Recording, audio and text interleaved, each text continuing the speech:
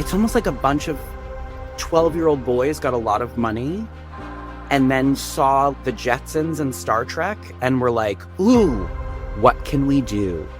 Rather than think about what should we do? What are the problems we're actually facing? Humanity is messy. I think AI promises us something that seems really alluring, which is a world and a life that isn't messy. Is anyone asking what's going to get cut out if this becomes the default method for solving these problems? The connection, that vulnerability, and the trust that gets built on that is a huge one. If you're launching AI, I need you to go back to your mission statement and your values and think, will any of the launching of any of these tools undercut any of these values or our mission? Because if AI is not in service of them, you're really just proving that they never meant anything to you all along. Happy New Year! Oh, wow. Yikes. Okay. Yeah. Happy New Year. Yeah. This, if everything goes as planned, this should be dropping on January 1st. And so, in light of that, I thought it might be a really fun time to talk about what 2026 has in store. And if the forecasts are at all similar to what everybody was saying 2025 has in store, what's in store is AI. Just AI. That's it. Everything else is fine. We just need to land on these new AI tools. Before we jump in, it looks like you have a new background. I do. This is our theme for today.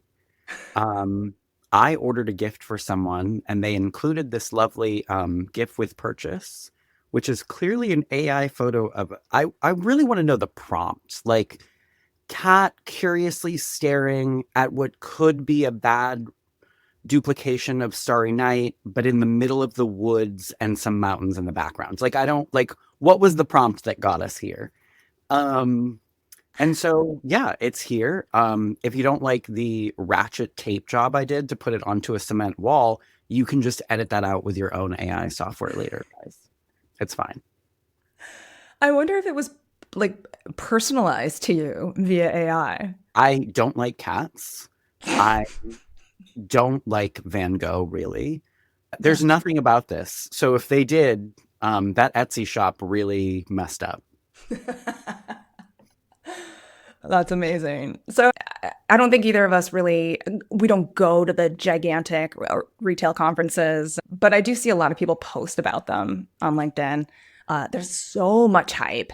It's obviously a huge deal. It's all anyone's talking about, their takeaways and their learnings and stuff after they go to these massive events.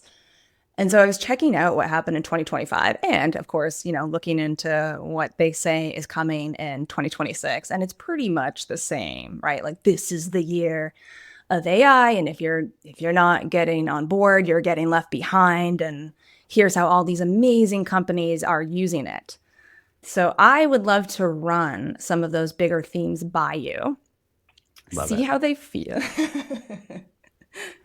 See how they feel. And then, spoiler alert, in the last episode that we recorded, you specifically said, you're not going to convince me in 2025 that AI is important. Glad we have that recorded for posterity. Yeah. So let's see if we can convince you in 2026 that AI will be important. Go for it. Try.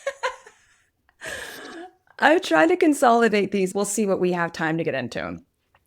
The first thing, and this is kind of an overarching big one, but the term, the autonomous store, has been coming up quite a bit. The quote I have here is, agentic AI is moving from concept to reality as retailers deploy intelligent agents across customer service, merchandising, and supply chain operations. AI is taking on complex tasks once managed by people, from handling inquiries and personalizing recommendations to optimizing assortments and streamlining logistics. Discover how leading brands are rethinking workforce models and unlocking new levels of efficiency, responsiveness, and scale. That's a lot of words. I disassociated. My mind was like, Becky is sounding like every old white man on LinkedIn right now. I need to take myself somewhere at. You know where I am right now? I'm in the woods with this cat. Um, Okay, I actually had the similar response. So what I did was I was like, well then show me, try and show me, like how is this actually showing up in stores? So I YouTubed, I TikToked, I Googled a bunch of stuff to try and see what it was. I wonder if I can actually play a snippet of this. Can I actually like put it on screen or let's give it a try. I'm not quitting and reopening. That's a deal breaker. We're not doing this if I actually have to do that. I can Come see on. it. I just can't hear it. That is foolish. Ah, technology. It's going to solve all our problems someday. I've been hearing that since like 1995. I'm still waiting. All right, we're not doing this then. Good to know you can share your screen though. That could come in handy at some point. Yeah. All right. Basically, what happened is the company for which she works has opened a 24/7 store that nobody works at. And she can go in and buzz herself in, and there are cameras everywhere. And then as she walks out, her purchases are automatically detected via the cameras, and she Mhm. is just. Mhm. How does that feel? Like, does that sound helpful to you? Like, how would that work in your store? It's so interesting. It's funny. First side note, Amazon tried that and then closed most of them. So I think that says everything it needs to say. But it's funny because that is what the internet is, right? Like you go in to the internet, you go into the internet. We're 105 here on the pod. But you go to your website, you shop, you buy things, you put it in your cart, and now, if you use like Shopify, you can like enter a code and then it will know it's you and then it will just automatically check out. Or you can use Apple Pay and it will, again, knows your billing, shipping, whatever. I mean, that already is what the internet is. I think one of the things retailers are forgetting about or just don't care is there's a reason people are still showing up to stores, and it's actually to talk to people. And in the last 5 years, 5 to 10 years, but especially five since like COVID, the people who are showing up at stores for the most part still want to deal with a human. It's why they're there. And I would say, juxtaposed to all this conversation, should be how lonely we all are, statistically, and the amount of conversations me and my team have all day long with people who are clearly lonely, which is fine. Like, I love a good chat. Um, but it's like that's why they're showing up still. So I think we're forgetting that that is why people are coming to stores. If they wanted that sort of non-personal, a computer does everything, they would just go online. That's already what they do. Yeah, it's kind of like a giant vending machine. Yeah. And I guess there's merit to like I guess something as simple like this example of the one of the videos I pulled up was just this woman trying to go get a snack after work. Sure, you probably don't need advice or I don't know a long conversation about what you should buy. Although for some people, I mean, look at me, I work from home, so sometimes going out like sometimes those interactions are the only human ones I have on a weekday. Mhm. Just made my life seem really sad. No, I Um, mean, that's what I experience every day at work, though, is that a lot of yeah. people do work from home and they come in and they even, sometimes people even know exactly what they want, but they come in and even though they know what they want, they either talk about the thing that they love or they Mm. talk about, the weather, of course, or, maybe some crazy headline in the world. No shortage of those. Maybe they talk about AI. And then they, what could have been a 30-second in and out experience for them, they themselves turned into a 15-minute Right. stop. And I just don't think that an AI robot is just going to be as entertaining, charming, and delightful as I am. Yeah, fair point. Is there any merit to the idea of someone who maybe has some kind of anxiety or is going through something who doesn't want to interact, who doesn't want to wait for something online? Does it have a potential purpose? Yeah, I mean, I would be a Luddite if I just said, like, this all serves no purpose, don't do it. I think we're AI to me right now is like a bunch of rich white men and maybe a few non-white men, but mostly men who are so excited by the prospect of what this could do and like all of the ways they and directions they could take it. A lot of money's being spent exploring all the ways. And in reality, I feel like someone should stop, sit in a room, maybe a group of people, and think about what are the problems we actually want it to solve? What would actually be best, not only for humanity, but for business in general? Mhm. And think about how life could be easier. And, obviously, specifically to retail, how shopping could be better, easier, transformative. What are the actual pain points of both clients and employees?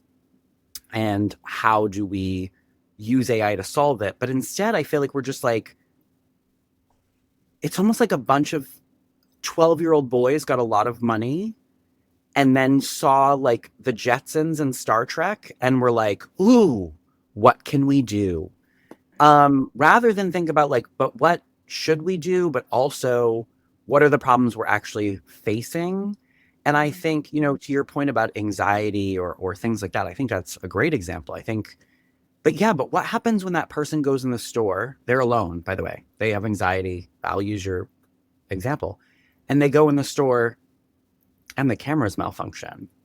Mhm. And now the system thinks they stole. And that's gonna happen. There's no way technology is that flawless yet. Or ever. No technology is flawless. And now they have like the police interrogating them. Well, now they're never going shopping. Um, So I just think it has applications that can really help people in real life, but it's like, what are those applications and where should we be applying it? I think we're so excited by the prospect of the newness. No one's thinking about what it should actually be doing for us. Yeah, I think it's a really interesting thing to think about too, is what role does shopping play in our lives besides acquiring the things we need and want? Hmm. Just thinking back to a Little House on the Prairie days where you had like a community store, and that's where you bumped into people. It's where people knew you, and if you needed something, I don't know. I think there is something kind of special about it.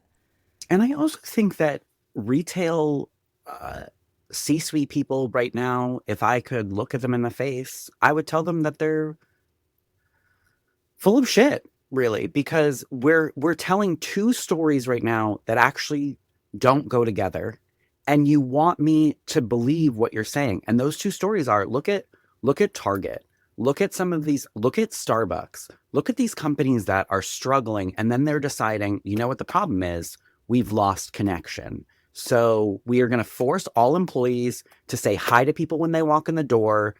Targets, we talked about it on the last episode, like targets, we're going to stop you if we're within 10 feet of you or whatever their stupid rule is. But then at the same time, the same companies are like, AI will solve everything. We actually don't need employees. So which is it? It's like you're telling the employees they need to do a better job of connection. That's the problem. Then you're telling your investors that, like, if we just figure this AI stuff out, all will be good. You're actually lying to everyone. And what I really see is you actually don't know what you need to be doing right now in this moment with employees or with technology. And I really wish someone would call them out on the two things that don't go together right now. Which is it? Is connection important and that leads to higher sales? Or connection doesn't matter at all and AI will replace us all. And you know what? We don't even need to care about employees because eventually they won't be there. You can't have both at the same time. Yeah, it's a great point. And I think what you would hear back if I'm playing devil's advocate and based on kind of my research leading up to this episode, what you would hear back is that no, no, no, this isn't about replacing people. This is about freeing them up to do with the more human, meaningful things. Sure. I mean, I think this is one of the things I've seen. I think you sent it to me in prep for this episode, but I've also heard about it myself in other companies besides the example you used. Some companies are using it to sort of replace inquiries into HR. The irony not being lost on me that it's human resources. Um, no longer is it human resources, it's robot resources. And I think there's a whole lot of ethical concerns in that particular thing for me. Um, Mhm. we've already seen where OpenAI or ChatGPT have been litigated against because someone has asked it questions while they're at their lowest moments of life. And essentially, AI assisted it. It's basically gave it assisted suicide. Is now it's now legal through AI if you want to go that route. Oh, and this is what AI will do for you. For for those of you who can't see, the cat poster has gone away. It has fallen. Um, It's it out of is here. a perfect metaphor. Yeah, and so we've already seen the bad things that AI can do when given a prompt when someone wants to harm themselves. I can only imagine a badly programmed HR AI situation where someone is like, "Hey, my boss is making sexual advances or something." And if that's not programmed exactly right to really understand the nuances of the situation, that person might get some. I'm already playing the tape forward. I'm seeing an HR bot that was like, "You should follow the directions of your leader, blah blah blah blah blah." And then that person's like, "Guess I'm, you know, doing this thing I don't want to do." And now there's a lawsuit. And now we're looking at digital records and a company is trying to save face, all because basically an HR bot uh, got someone sexually assaulted. Like there, that sounds like a crazy thing to say, but we're real life is not that far from that situation occurring.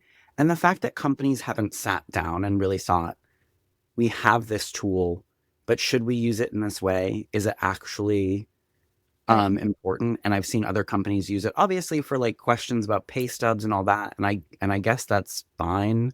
Um, but it's like, would you need a chatbot for your employees to find HR tools, to find where their pay stubs are, to find out how to sign in for benefits, if actually all those websites were more intuitive and better designed in the first place? Right. Um, it's like developing a medicine to deal with the side effect that is there because you're doing chemo, which is like really hurting your body. Like that's what AI is to me. It's like we're not looking at the root cause of like, is there a better alternative than chemo? And spoiler alert, on a side note, scientists are finding that there is. And so like, why would I need AI if other things were designed properly or not so convoluted? And in retail specifically, not to like go all over the place here, but I have so many thoughts that are just buzzing through my brain. You know, if you want to use AI to make it better, I haven't heard anyone talk about how like we're going to use AI to make the like a checkout process better, or not even a checkout process. Why does AI have to be used actually at the store level at all? Why don't you use AI to solve the say you have a register system that's outdated or just not intuitive? Why not use AI to make a better POS interface in the first place? Like, I don't need to even know you used AI to do it. Your tech department can just claim they're just geniuses, and I never even need to know. And then you just roll out to me the most perfect POS system I've ever seen. And spoiler alert, in retail, not only have I never seen a perfect POS system, I've never seen one that I would quantify or qualify as great. And Yeah. yet but the thing is a POS system, that's not sexy. It doesn't sound fun and exciting. And no one's like, we're giving you new registers. Like, that doesn't sound fun, but we're giving you a new chat bot or we're streamlining inventory for efficiency. Like, all of that sounds so much sexier. And so that's where we're putting the focus, but it's not even where the real problems often lie. Well, if anything, it sounds like they're like, we'll eliminate the POS system, right? Like we'll have enough cameras in store that people can just carry things out and not have to wait in line or go through a cashier. Yeah, I mean, the problem is that humans have designed AI, right? I mean, Mm, no matter where you go in the creation of the thing, humans are somewhere, right? Like it's not like robots are creating robots. Humans are programming AI. The problem with that is humans have biases that are now being programmed into AI and robots and all of these technologies. And I again can imagine, like, why am I just some random store manager who has a podcast not a lot of people listen to, worried about playing the tape forward? Why aren't the people who should be worried? Because again, I imagine a world we have cameras. They just automatically track who's purchasing whatever. You can't tell me that some, 35-year-old black businessman isn't going to walk into a store and go to, take things off the shelf that the cameras are supposed to capture, but now the cameras think he's stealing because a human with a bias programmed that. And right. now there's a conflict. Hopefully it doesn't end in a loss of life, but now there's a lawsuit. And now the company, yeah, you don't have an employee who is racist who you get to fire, which that's the funny part for me is, and this is like such a weird thing to think, but like that employee in that scenario, and that's happened in retailers, you get to fire that person and be like, it was just that person. We're good. As a company, we have no, you know, we love everyone equally. Well, guess what? If it's a camera, you can't make that argument anymore. It's ingrained in the DNA of your brand. And now you're going to go the way of Target. So if that's the future you want, I mean, all the more power to you. Go get it. Yeah, I mean, it's a really valid example. Let me ask then about other things about what they're calling agentic stores or other things that AI can monitor. And you can tell me if you think it would be valuable or we can play the tape through and say, here's what can go wrong with that. One of the other examples that I found was I think it's a cafe in Europe. And it is, again, tons of cameras inside the cafe that monitors consumer behavior. So it monitors how much they've spent versus how long they've been in there, what they ordered. But it also monitors employee behavior. So how many cups of coffee they've poured and what amount of time, how long they've been on shift, what their sales are, what they're doing. Does that solve any problems for you? Is there any potential value in that? I have to be really careful about how I answer this question. Not because I'm going to like fly off the handle and start throwing cat posters, but um, more because I think there are people, I mean, I know I'm answering for myself, but I think there are people and managers, maybe even store managers, who would answer that there is value there.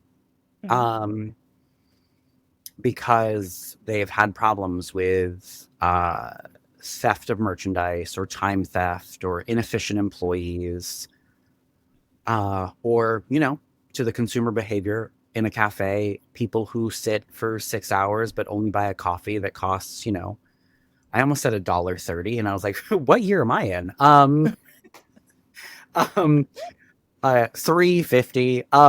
And so I think that there are people that would answer yes, it has value, but again, we're not playing the tape forward at all. Like we're Mhm. just going, oh, it would have value, so sure, let's do it, rather than think just because something has value. Right? So, for example, and I've used relationships on this podcast many times, so I'll use it again. Could I every day my husband comes home from work decide to check his phone? Could I even get permission from him to check his phone? Probably. Right now, I'm recording this on a Mac, actually, where we both have our Apple accounts. So I guess I could just log out of mine, log into his, and look through his iMessages, his email, whatever I want. It's like, would that provide a value, right? Would that solve the problem of, say, part of being human and being in a relationship with anyone, whether it's a manager, employee, employee, customer, customer, employee, romantic relationship, is trust. So it's like, would that provide me with all the transparency to know that nothing crazy is happening? Sure, it would. It would provide value. I would know for sure without a reasonable doubt. But what does that do to the trust that we have? What does Right. that do to our relationship? Also, what does that do to my own maybe paranoia? Because I'm like, well, there's nothing now, but it's because you figured out how to hide it. Um, and so it's like you then just go down this road of crazy. Um, and like, is that the road personally I think we should be going down as a society? No. I don't want to live in a world where like, there's cameras everywhere. But here's the thing, humans adapt to the technology, right? Humans always find a way to do the shady thing if they really want to do the shady thing.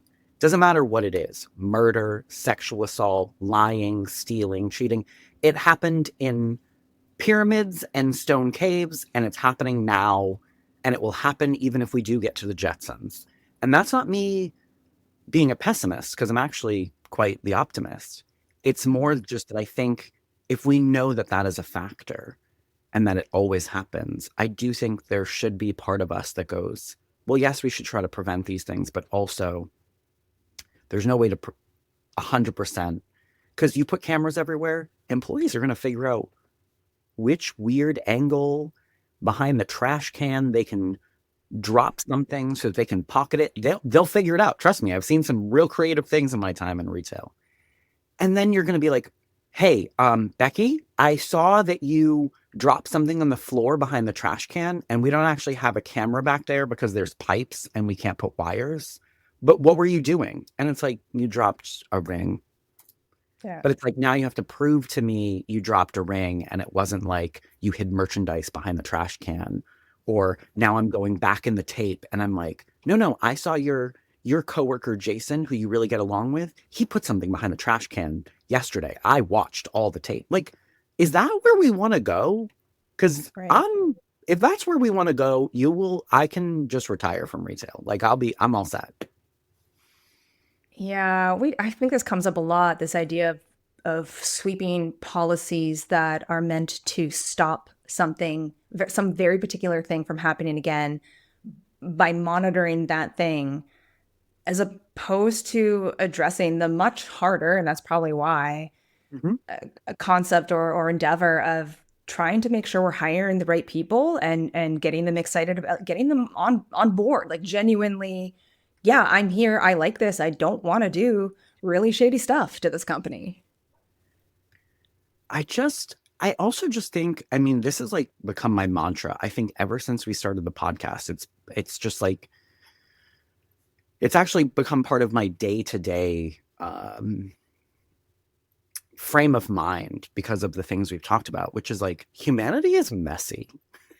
Hmm. And so like, and I think AI promises us something that seems really alluring, which is a world and a life that isn't messy.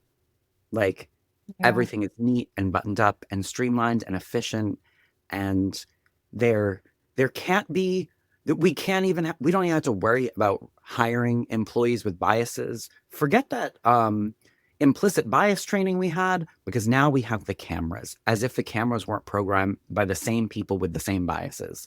Like, Mhm. it's it's like we're trying to offload our messiness onto a computer, and we think that that's going to solve it. And I think as time goes on, like in my retail journey, I keep returning to this humanity is messy sort of messaging, even within my own teams, because I'm finding that separate from AI, just in general, because of like technology and kind of where we are at the level of its use in our day to day life, I feel like have forgotten that humanity is messy. So like when people are humaning, on even on my own team, and there's like a conflict or there's something to be discussed, it's almost like people are not only upset at the person they're upset at, but they're like upset at themselves for like having a problem with someone or like feeling a feeling. And I actually recently had to like sit down with basically my entire team and say something to the effect of, we are a small team sharing a small space for the majority of our waking hours. It would be unrealistic to think that we will never hurt each other's feelings. We will never upset each other. We will never annoy each other. We will always get along. Everything will always go smoothly. That's not the case. And the measure of whether we're a great team, whether we get along and work well together, is not that we never have an issue. It's how we deal with the issue when it arises. That is actually the measure of a good team. And I think that rather than have these hard conversations, rather than train leaders how to talk to people, how to have honest conversations, and we've talked about this a lot with HR and lawyers, like we're trying to cut out all the messy because it scares us, because like lawsuits and suing and viral videos and all of these things, we're like, how do we just get rid of the mess? We want to run a business with no risk. And I think Yeah. that is the promise that AI is trying to deliver, or that executives think it's trying to deliver. And that is why it's so alluring to them, because we can just get rid of the risk. There's no mess, there's no risk. Which not only is it funny because of the bias and things like that I've said, but also because look at all the other technologies in stores. Wi-Fi, POS system, so many scanners, mobile devices that go wrong constantly. So you think AI is never going to glitch or have a problem, or it's just going to be flawless? You already know better. Yeah. Yeah, the risk aversion thing was definitely coming up in my mind too, right? This is just policy. This is a system. This isn't us. And it I think it's under the I think well-intentioned, but also maybe excuse of equity. Like Hmm. this is how we ensure that we treat everybody equitably, because everyone falls under the same policies. But everyone doesn't always need the same thing at the same time. Hmm. So what I'm hearing, based on this specific example of monitoring, how fast employees are working or what they're doing, my concern, what immediately my mind jumped to was like, oh, well, this is just going to spit out who your quote unquote low and high performers are, right? Hmm. Without any kind of nuanced discussion about maybe that person was doing this thing today or feeling this thing today, or yesterday they did this, or they're actually excel at that. Like you talk about the different roles that teams play on the floor at once. And so I guess like if you could use that as a tool to and give you data that you then look through of that lens, that nuanced human lens, maybe there's some value about, I don't know, store layout or labor or something like that. But my concern is that that nuance is going to be skipped. Mm. Well, I mean, I think like, so for baristas in coffee shops, I've seen companies do studies about, and without AI, before sort of AI was in everything, Mhm. um, where they would look at how many body movements it took to, like, say, make a certain beverage, and Right. then change layouts, because like we can be more efficient, we can make it actually more safe for your body too, so you're not getting like a repetitive motion injury. And I think all of that, like that usage of technology would be good, but I feel like we wouldn't use it for that. We would record a team and then we would find the moment that they pulled out their phone to send a text, or they had a moment of laughter among the team, and that stopped their productivity. And we'd start treating people like they were robots. And I think that's my concern, because I've seen it happen already. I mean, that's kind of what corporate visits sometimes can be, right? Like, teams often lose their personality when they have a corporate visit, because that's been sort of ingrained in them that, like, the VP is here, the CEO is here, the regional's here, whoever it is, and now we can't have fun. Now we can't joke. There's like no time for that. So it's like it already happens with another human that has a perceived power over us. I can Right. only imagine how much worse it would be if we were relying on technology, and even worse, those people with power viewing the technology to view the employees doing the thing. And Right. to go to your point about high and low performers, one of the things that I think is not appreciated enough in the workplace is low performers. Um, that's my hot take of today. And Say I more. say that because I've had teams where I've had too many high performers. And that might sound like a wild statement to a lot of people, but a team of all high performers are going to be, they want the next level, they want the next thing, they want more money. They Mhm. they're not just high performers for fun. They have goals, and we don't have enough positions, money, or projects for everyone to want more. There actually needs to be some people on the team who are a little bit lower, not like not performing, that's different, but just like who have higher some rungs to climb to get to satisfactory. And we can, sometimes use high performers to help train those people. We can have the team help lift up all around knowledge for product. So we need this mix. And if we robotify it all and we just go, okay, low performers bad, high performers good, then what? What are you giving the high performers? Are you giving them more money? Because if it's a team of all high performers with no more money and no more positions, you're just going to lose the high performers. And now where are you at? And unless you have the robots already ready to replace them, AI did not help you in that endeavor at all. You actually just made morale worse. You might have made teams now fight because now they know something is watching them.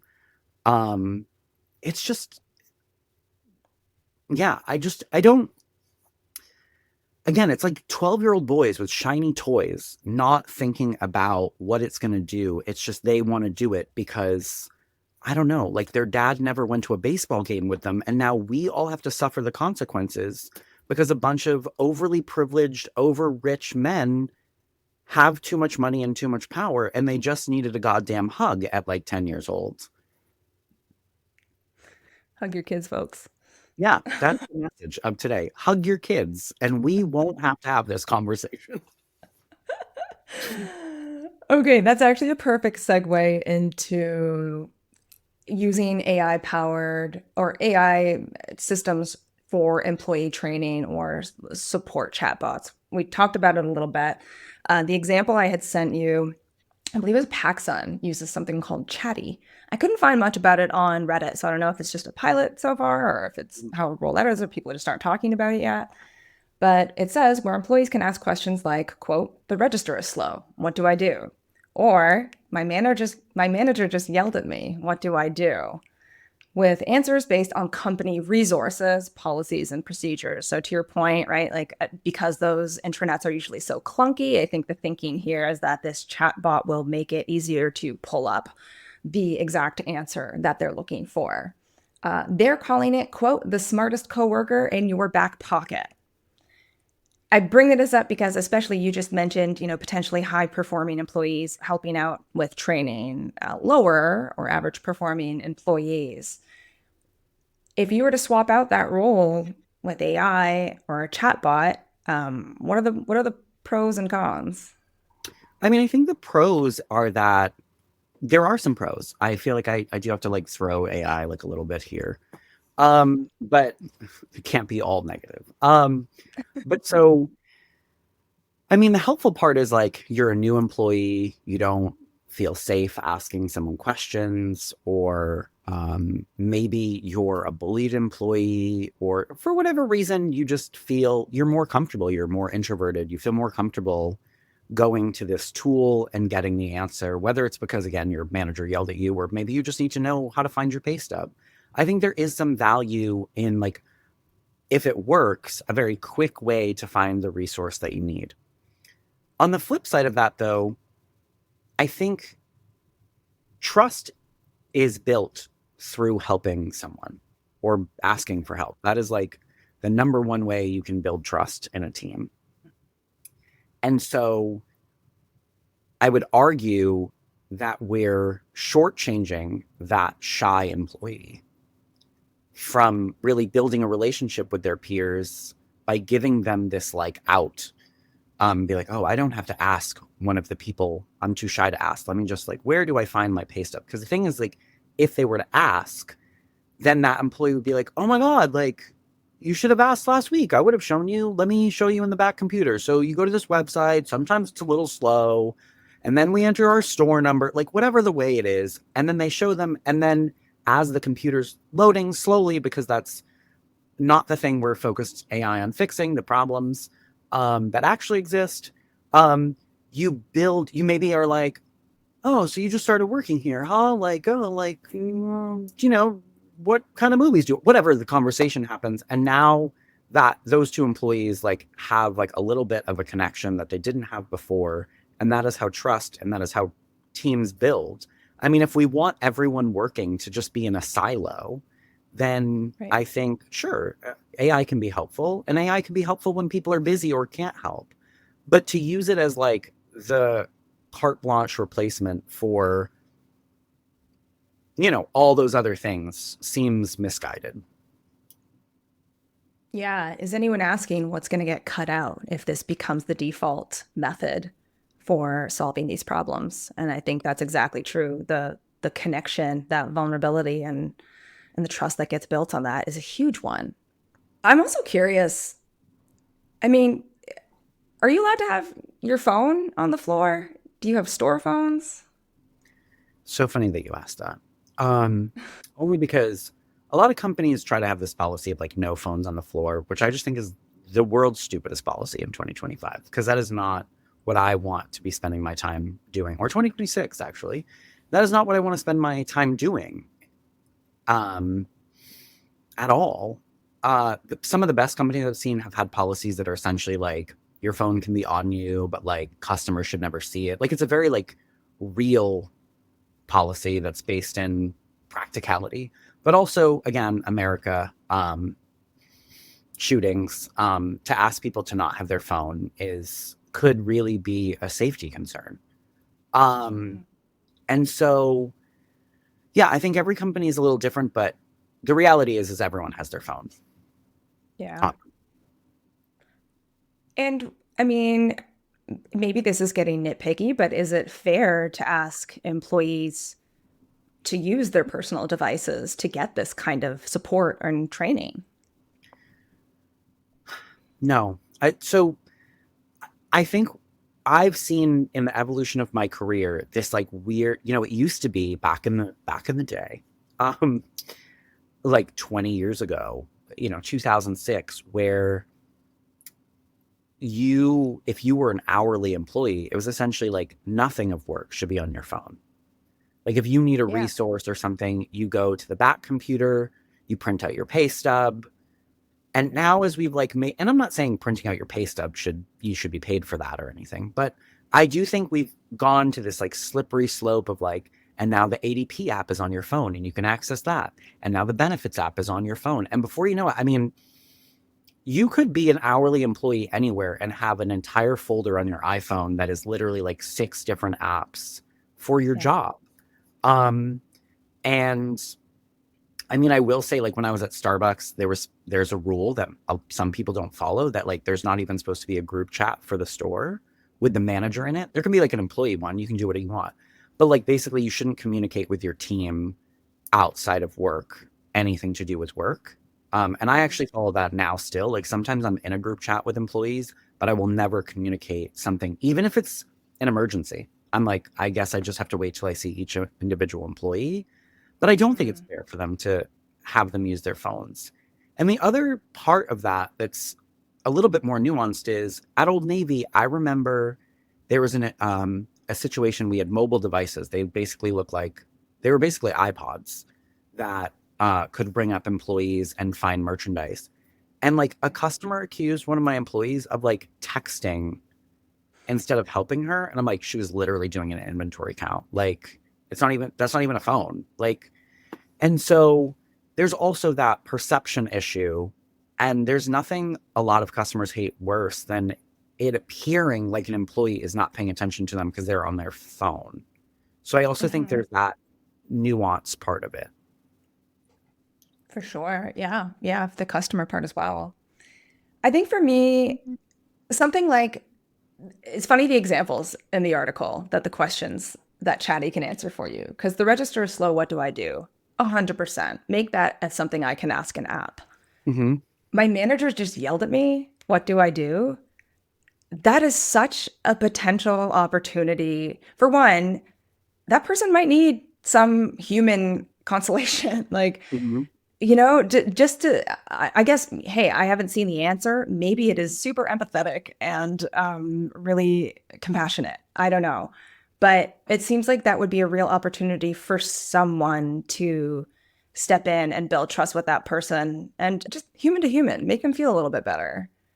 Well, I also think, what if it gives it advice that it mistakes for an action? And, let's say it says something back like, your manager should never yell at you. Like, that is not something we do here at XX Mhm. Corporation. It is important that you advocate for yourself or whatever it says. And now Yeah. the employee is like, goes back and, like, I don't know, maybe yells at the manager or says something. I just think it's really tricky because as someone who's dealt with a lot of these employee issues, I find that those conversations require a lot of like listening and nuance in your response. Because even when Mhm. I've given what I think is good advice, then an employee will regurgitate back to me, oh, so the next time that happens, I should do X. And I'm like, no, no, no, no, no, that's not what I'm saying. Right. um, and it's like, then you have to keep playing this game of like listening, speaking. Maybe they ask questions, now you're clarifying. And it takes a while to get to this is what you do. Because a lot of times a conversation like that does start with a no one should ever yell at you. But also, Yeah. you don't get to yell back or throw something or, you know, what so it takes a lot of time to get to the real answer. And I just don't know that AI is there yet. Hey, maybe it will be Yeah. someday. But do I think the year is 2026? No. I mean, all anyone has to do is go back, I don't know, 10, maybe 15 years. And we heard that like autonomous cars were coming in like 5 to 10 years. There would be a full thing. Humans won't need to drive cars. We're still not there yet. And Yeah. I live in Boston. Um, our streets are former cow paths. So they're not that were paved. That is literally the history of why Boston streets are not gridded and why they're crazy. Um, we also have weird like rotaries, roundabouts, whatever it's called near you. We have crazy like five-way stops that don't make sense. And so in their programming of Boston streets, it's proven way more difficult than originally we thought it to be. Those like Waymo and those companies that are like charting the streets, it still requires a full-time driver in that car. It can't be trusted to even be semi alone. So we're not there yet. And so we're launching technology. Can you imagine if there were no, because right now there's no rules, right? If I'm a C-suite running a company and I want to Mhm. launch AI, this chat bot or whatever, there's no law or rules preventing me from doing so. I get to do whatever I want. This is how I want to manage my company. I'm going to launch this Mhm. thing. Can you imagine if there were no driving laws and Waymo just decided autonomous cars? They're ready. Let's go. Let's see what happens. Right. It's going to end in tragedy. Um, and so we don't do it. And we know we shouldn't do it because people's lives are at stake. But in the four walls of a retail store, we're like, yeah, yeah, no, let's try it. It's fine. Let's see what happens. Like the technology isn't even fully there yet. And we're just like, let's do it. Um, which is wild to me considering all the other Lance companies go before launching something that would affect, say, employee safety. Um, like we would make sure it's right and no one's going to get their finger pinched or drop something on their foot. They know how to use a ladder. If I have to watch one more goddamn video in my retail career about how to climb a ladder, I swear to everything that is holy, I might do something crazy. I might beat someone with a ladder, is what I'm saying. Um, and I might beat the person who created the AI slot video that taught me how to climb a ladder. Um, because it's annoying. But it's like with all of those things, there's like 1,000 checks and balances to the point where you're like, do you think we're stupid? I don't know how to climb a ladder because like one idiot hurts themselves on a ladder. Now we all have to watch this terrible video. But with AI, we don't care what it's going to do on the back end. We're using people as human experiments and we're just throwing it, see what sticks. And we're not even thinking about what to ask it or not to ask it. Also, on a side tangent, I can only imagine the wildly goofy things people are going to type into those work chats. And I might be one of them just to mess with the back end. Um, like, Yeah. a customer just took a shit on the floor. What do I do? Just to, because employees are going to do that just to see what the answer is, just for fun. I mean, you are giving, maybe that's how AI actually solves human connection. We all use it to ridicule it. It could work. Now that's the AI I'm here for. Well, to the point of how this is used on the back end, because I do think in the article it included that this is a great way for companies to get more data about what is going right or wrong with their frontline teams. Mm-hmm. That said, we've had no shortage of conversations talking about the way people learn to get around these systems to hide less than desirable traits of their stores. Mm-hmm. And so I'm wondering, like, could a really toxic store manager, because I'm assuming if that employee is logged in using this thing and says, my manager yelled at me, what do I do? That is at some point going or should get back to that manager, right? If enough occurrences happen. But if you're that manager and you're a real dick, you'd probably find ways to threaten people against using something like that. So, like, if the psychological, what needs to exist first? If the psychological safety isn't there to be comfortable using these tools, like you said, people find ways to manipulate them so they don't hurt them. Well, and I also imagine there's a world in which certain store managers just don't tell people the app exists and they try to hide the existence of the app. And then when asked Yeah. about the app, they'll be like, oh, it's stupid. It doesn't really work and it doesn't do anything helpful. Like, if you need anything, like, I'll be happy to help you. Like, because people already do that with HR. I mean, I'm not trying to be a hero when I say this, but I always try to make HR, I always try to like be like, go to HR if you want to go to HR.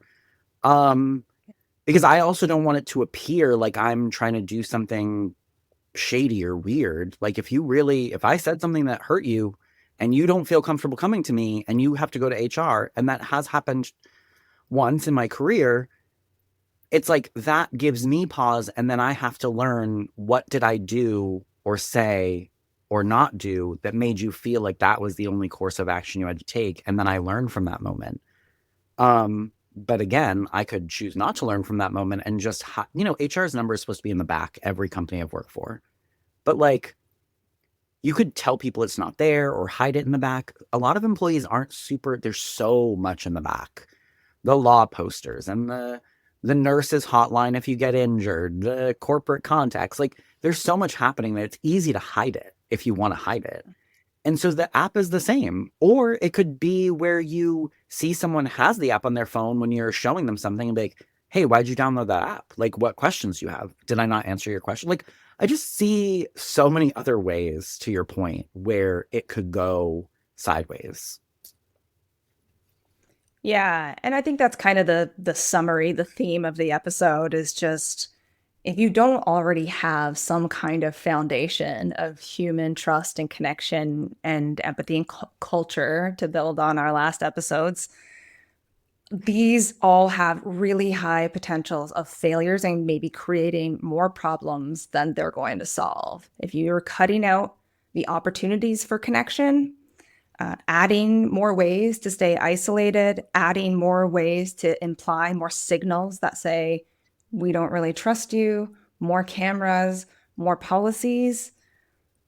I don't know. I actually just want to leave it as an open-ended question. Like, what happens next? And if you are someone who works for these technology companies, and I should say, maybe I should have said at the beginning of this episode, if you look at these conferences and who the sponsors are, it's not hard to tie a thread between why these are the themes and these are the must-haves that everyone in the retail industry must know, and who is funding these Yeah, these conferences and these apps.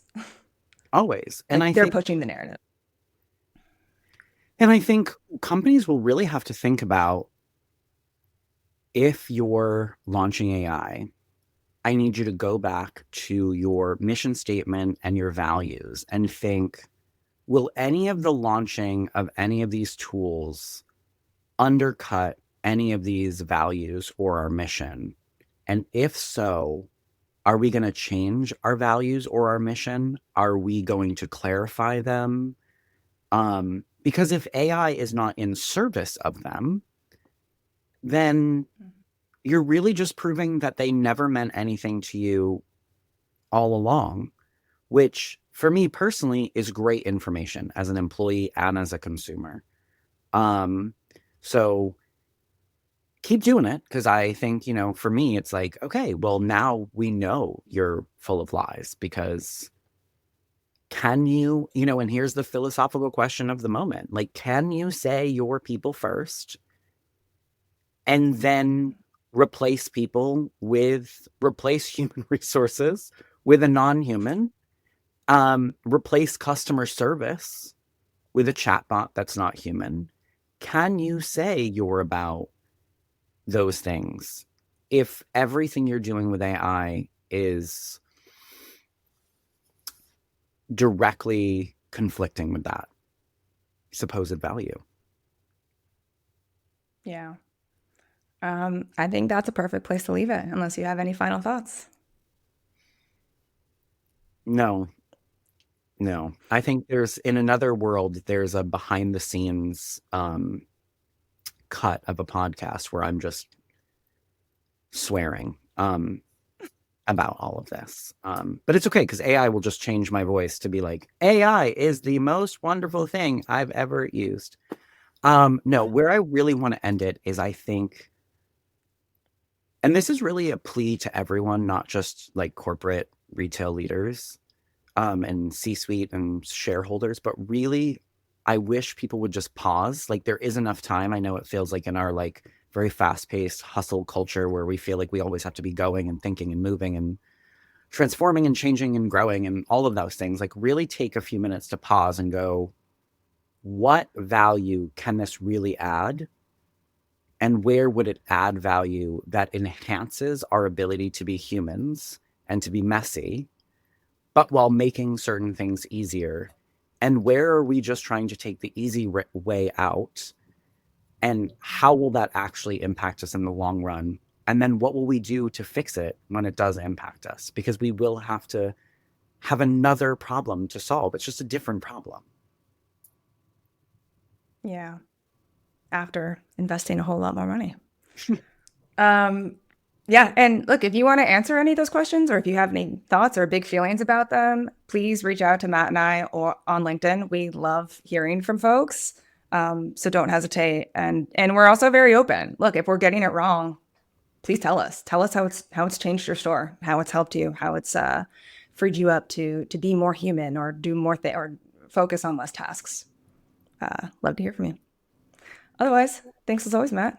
Yeah, thank you. You're listening to Dear Corporate, Love Stores.